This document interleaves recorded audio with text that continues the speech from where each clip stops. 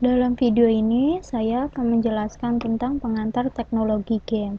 Sebelum itu, saya akan memperkenalkan diri saya dulu. Nama saya adalah Nur Fatima dari 3IA12, dengan dosen pengajar adalah Ahmad Fauzi. Pada video pertama ini, saya akan membahas tentang yang pertama itu adalah teknologi game, yang kedua adalah bisnis dalam game komputer, yang ketiga adalah 3G Engine dan Skin Grab. Nah, di dalamnya itu terdapat Ogre 3D, Processing, Game Maker, Unity, dan lain-lain. Yang pertama adalah teknologi game. Dalam bahasa Indonesia, game berarti permainan.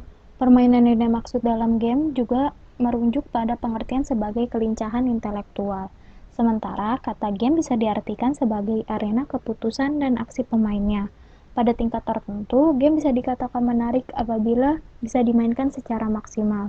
Dahulu, istilah game itu identik dengan anak-anak yang selaku pemain. Yang ada di benak kita adalah suatu kegiatan yang dilakukan oleh anak-anak yang menurut mereka itu dapat menyenangkan hati mereka. Segala bentuk kegiatan yang memerlukan pemikiran, kelincahan, intelektual, dan pencapaian terhadap target tertentu dapat dikatakan sebagai game. Bermain game adalah suatu proses fine-tuning atau penyamaan frekuensi. Dari logika berpikir anak-anak, kita dengan logika berpikir aplikasi komputer yang canggih tadi, pada saat bersamaan, game juga secara nyata mempertajam daya analisis para penggunanya untuk mengolah informasi dan mengambil keputusan cepat yang jitu. Bagaimana sejarah dan perkembangan teknologi game di dunia? Pada generasi pertama, itu konsol permainan video berlangsung dari tahun 1972 dengan rilis dari Magnavox Odyssey hingga 1977, sehingga Pong-style produsen konsol meninggalkan pasar secara massal karena pengenalan dan keberhasilan mikroprosesor berbasis kontrol. Generasi kedua. Dalam sejarah komputer dan video game, generasi kedua biasanya disebut sebagai awal era 8-bit atau kurang lebih 4-bit era, dimulai pada tahun 1976 dengan merilis Fairchild Channel F dan Radofield 1292 Advanced Programmable Video System.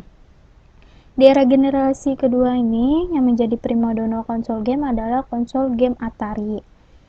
Nah, selanjutnya generasi ketiga. Generasi ketiga ini dimulai pada tahun 1983 dengan dipasarkannya Jepang Family Computer atau lebih dikenal dengan nama Famicom.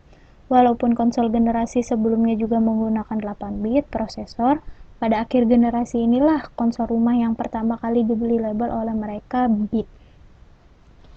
Generasi keempat atau biasa disebut dengan era 16-bit pada tahun 1988, Sega meliris konsol next generation mereka, Sega Mega Drive yang juga dikenal dengan Sega Genesis. Generasi kelima, atau disebut juga dengan era konsol 32-bit, di mana konsol game yang paling populer pada generasi ini adalah Sony PlayStation. Generasi keenam, ini ditandai dengan munculnya konsol game next generation dari masing-masing perusahaan seperti Sony, Sega, Nintendo, serta munculnya satu lagi konsol game baru yang diluncurkan oleh Microsoft yang diberi nama Xbox. Generasi ketujuh, pada generasi ini semakin dikembangkan sistem permainan online atau permainan yang melibatkan banyak pemain yang berhubung dengan konsol mereka dan semakin ditinggalkannya permainan single player. Yang kedua adalah bisnis dalam game komputer. Bisnis dalam game komputer berkembang pesat seiring dengan perkembangannya teknologi canggih saat ini. Dahulu kala, hanya dapat menikmati game yang tersedia di dalam komputer itu sendiri, seperti pinball dan solitaire. Namun, sekarang sudah tersedia game online dan juga game yang dapat di-download baik free maupun berbayar. Games berbayar juga merupakan bisnis, karena sama aja dengan kita mengeluarkan uang untuk membeli sebuah barang.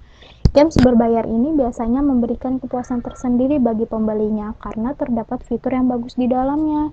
Jenis game seperti ini yang paling sering dijumpai di Indonesia itu contohnya Gunbound, Ragnarok, Ghost Online, dan lain-lain. Perkembangan lainnya adalah warung internet atau yang sering kita dengar dengan istilah warnet. Warnet kini identik dengan game online yang mereka sediakan.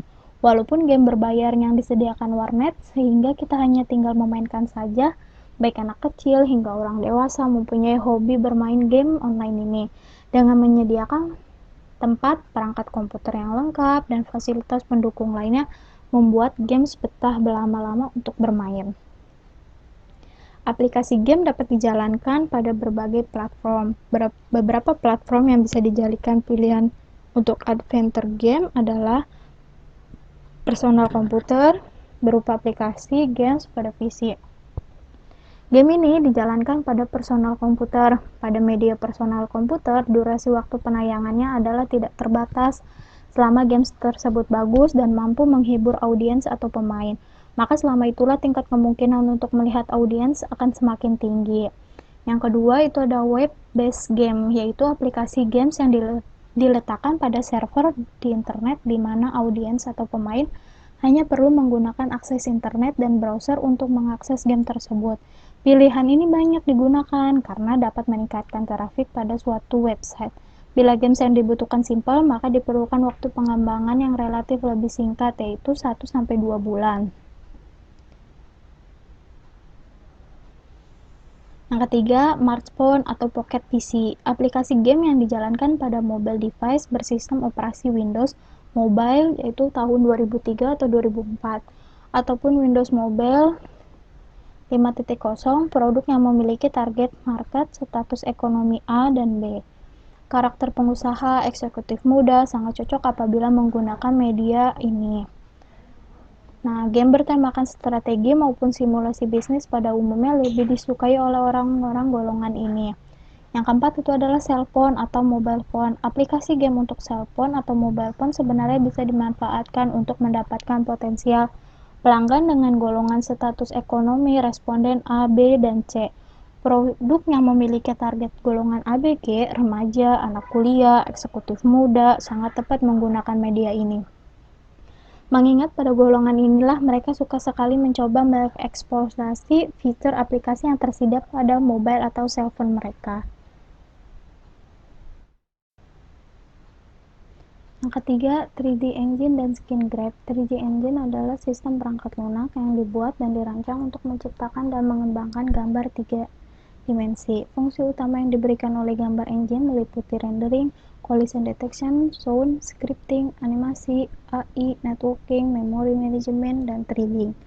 Sedangkan Skin Grab adalah merupakan inti dari Java 3 dimensi. Sebuah skin graph merupakan grafik yang mempresentasikan geometri, material, dan pencahayaan. Yang pertama adalah OGRE, Object Oriented Graphic Rendering Engine atau yang biasa dikenal dengan sebutan OGRE, adalah sebuah engine atau mesin yang berorientasi pada objek, fleksibel mesin rendering 3 dimensi sebagai lawan dari mesin permainan, yang ditulis dalam bahasa C++, dirancang untuk membuatnya lebih mudah dan intuitif bagi developer untuk menghasilkan aplikasi dengan menggunakan hardware acceleration grafis 3 dimensi. Pengetahuan pemrograman dengan menggunakan bahasa C++ sangat diperlukan agar dapat mengembangkan games atau permainan dengan OGRE. OGRE itu sendiri tidak bisa menggunakan bahasa C karena dikhususkan untuk pemrograman yang berorientasi objek. Untuk idenya, kita pakai kode blocks plus min.gw. Fitur yang ada di OGRE itu, yang pertama, desain yang objective oriented dengan menggunakan plugin untuk mempermudah masukan fitur lainnya. Yang kedua tuh engine berbasis scan grade dengan bantuan untuk sebuah varietas yang luas, OCRIS, BSP, dan Pegging Landscape Skin Manager. Multi-platform dengan dukungan OpenGL dan DirectX bisa merender konten yang sama di beda platform tanpa harus mempunyai konten creator. Dapat diakses pada platform Linux, Mac OS, dan semua versi Windows. Yang keempat itu OGRE mendukung program Vertex dan Fragment selama ditulis dengan GLSH, HLSE, CG, dan Assembler.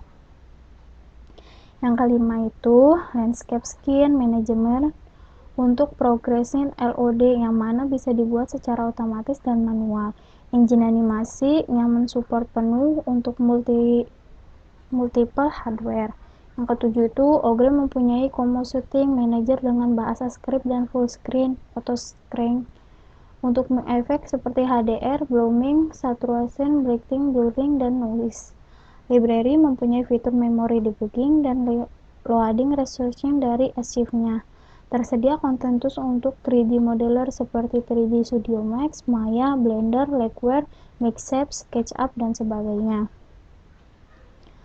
Yang kedua itu processing. Processing adalah bahasa pemrograman dan lingkungan pemrograman yang bersifat open source yang digunakan untuk memprogram gambar, animasi, dan interaksi. Processing yang digunakan untuk mengajarkan dasar-dasar pemrograman komputer dalam konteks berupa fungsi sebagai buku sketsa perangkat lunak dan alat produksi profesional. Processing mengintegrasikan suatu bahasa pemrograman, lingkungan pemrograman, dan metodologi pengajaran ke dalam sistem terpadu. Processing merupakan suatu proyek yang diinisiasi oleh Ben Fry dan Casey Kress, berkembang dari ide-ide yang dieksplorasi di Atchison dan Computing Group ACG di Mid Media Lab. Proyek ini kini terus diperbaiki dan dikelola oleh sejumlah tim volunteer. Yang ketiga yaitu Game Maker. Game Maker merupakan suatu program yang dikatakan cukup simpel dan mudah untuk digunakan. Dengan program ini, Anda dapat menciptakan games jenis apa saja yang Anda inginkan seperti racing, action, fighting, RPG, adventure, puzzle, taktik, simulation, dan lain-lain.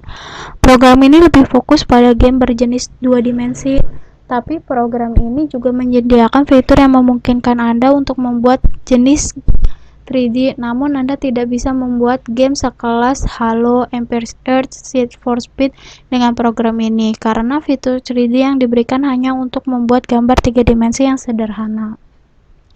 Berikut adalah contoh dari aplikasi Game Maker.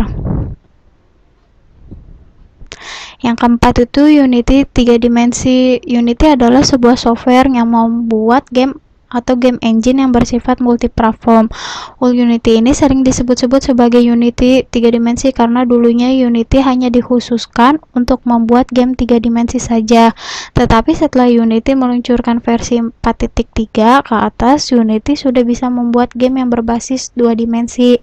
Unity sendiri menggunakan dua bahasa pemrograman yang bisa Anda pilih, yaitu C# dan JavaScript. Untuk Unity sendiri multiplatform, Unity bisa membuat ke berbagai macam platform seperti PC, Android, iOS, web, Xbox, PlayStation, Windows Phone. Unity pun kini sudah memiliki fitur VR, yaitu virtual reality. Berikut adalah contoh tampilan dari aplikasi Unity 3 dimensi.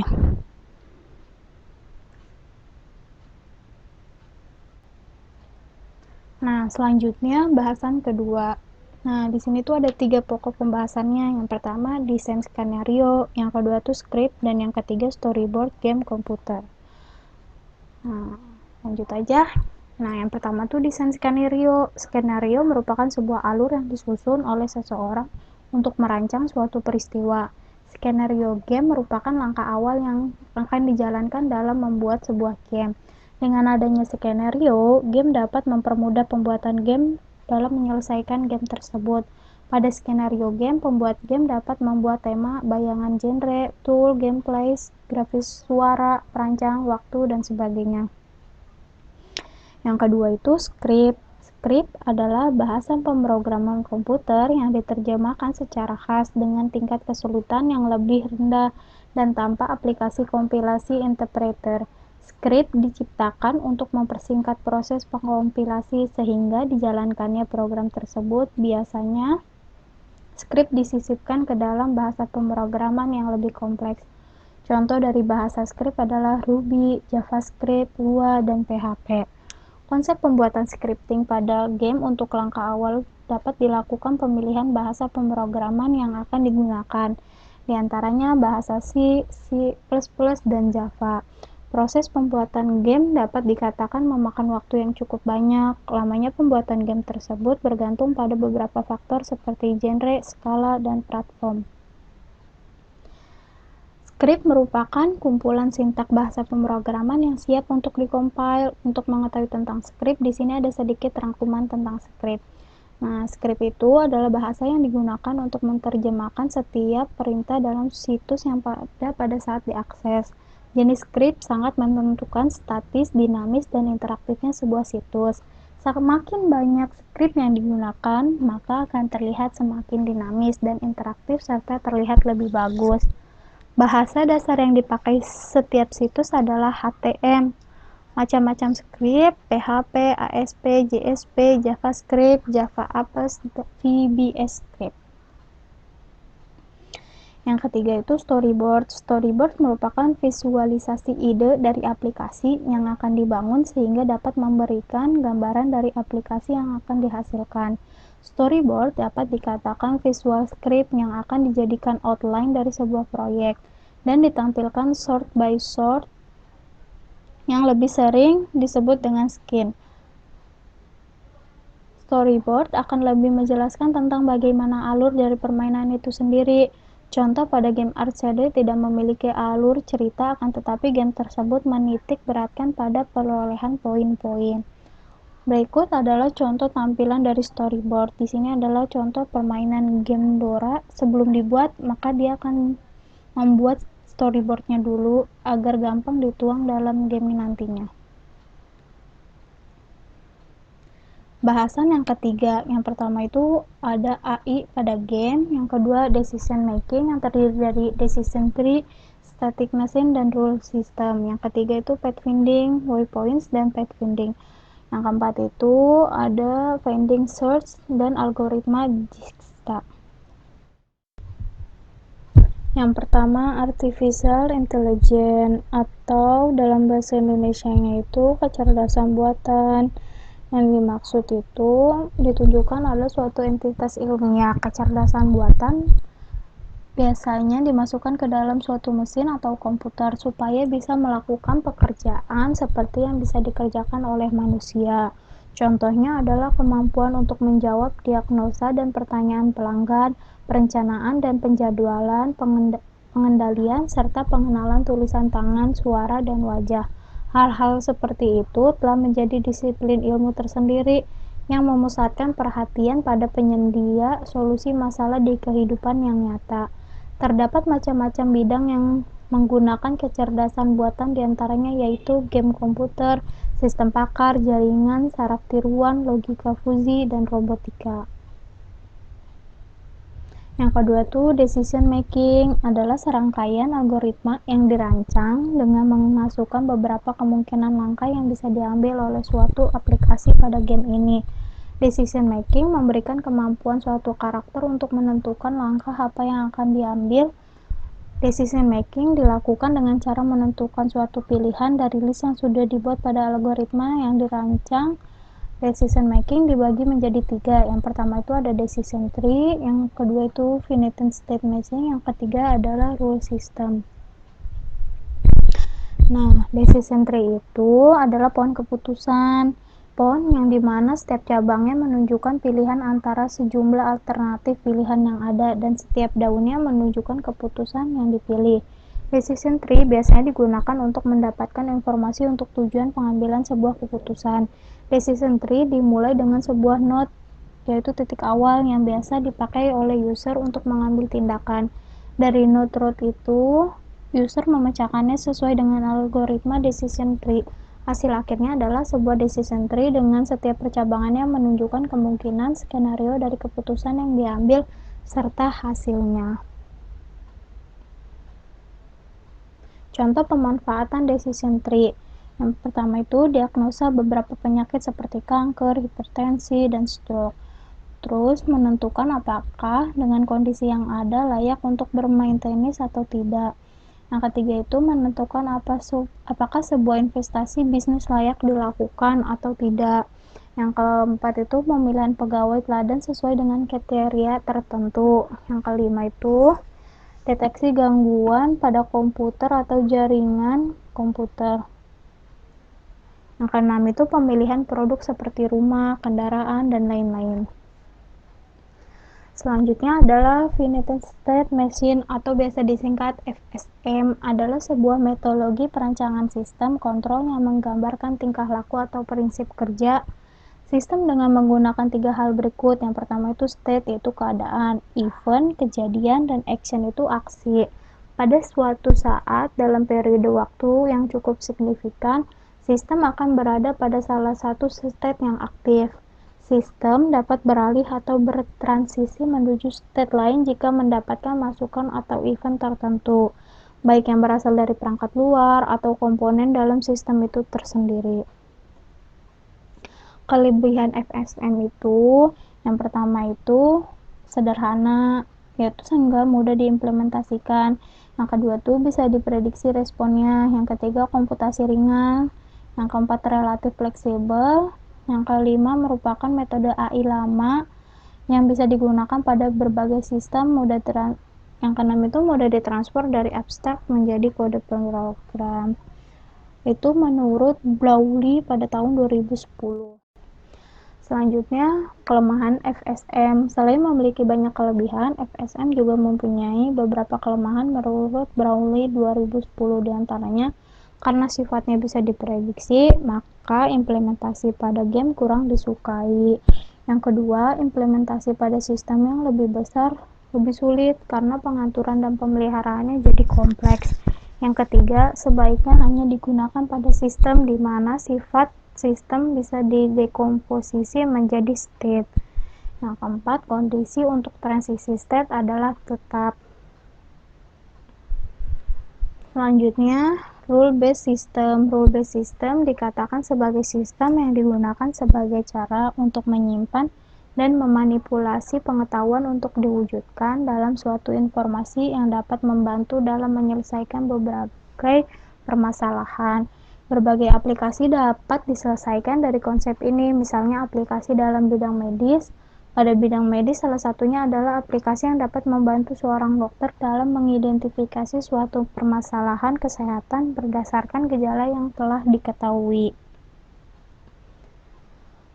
Untuk membuat RBS, ada beberapa hal yang penting yang harus dimiliki. Yang pertama, sekumpulan fakta yang mewakili working memory. Ini dapat berupa suatu keadaan yang relevan dengan keadaan awal sistem bekerja. Yang kedua, sekumpulan aturan. Aturan ini mencakup setiap tindakan yang harus diambil dalam ruang lingkup permasalahan yang dibutuhkan. Yang ketiga, kondisi yang menentukan bahwa solusi telah ditemukan atau tidak, non-exist. Hal ini berguna untuk menghindari looping yang tidak akan pernah berakhir. Selanjutnya, pendekatan. Untuk mengelola aturan, terdapat dua pendekatan. Yang pertama itu forward chaining. Aturan diproses berdasarkan sejumlah fakta yang ada dan dapat konklusi sesuai dengan fakta-fakta tersebut. Pendekatan forward chaining disebut juga data driven. Nah, yang keduanya itu backward chaining, diberikan target, kemudian aturan yang aksinya mengandung target di-trigger. Backward chaining itu cocok untuk menelusuri fakta yang masih belum lengkap, itu disebut juga sebagai goal driven. Yang ketiga itu pathfinding. Pathfinding adalah sebuah proses pencarian route atau jalur. Biasanya route terdekat dari suatu arena pada umumnya memiliki penghalang-halangan dari arena tersebut. Adapun penghalang dapat berupa tembok, sungai, dan sebagainya. Goal dari pathfinding ini pada umumnya adalah untuk mencari jalur paling efisien dengan sebisa mungkin menghindari penghalang yang ada.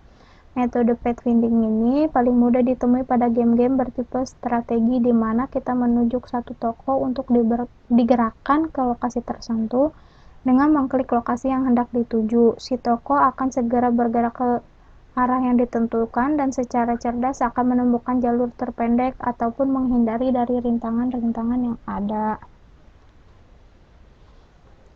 Yang keempat itu algoritma pencarian, yaitu bisa disebut juga searching. Nah, proses pencarian adalah menemukan nilai atau data tertentu di dalam sekumpulan data yang bertipe sama. Algoritma pencarian, searching algoritma adalah algoritma yang menerima sebuah argumen kunci dan dengan langkah-langkah tertentu akan mencari rekaman dengan kunci tersebut. Setelah proses pencarian dilaksanakan, akan diperoleh salah satu dari dua kemungkinan, yaitu data yang ditemukan successful atau yang tidak ditemukan itu unsuccessful. Selanjutnya, macam-macam algoritma pencarian yaitu searching.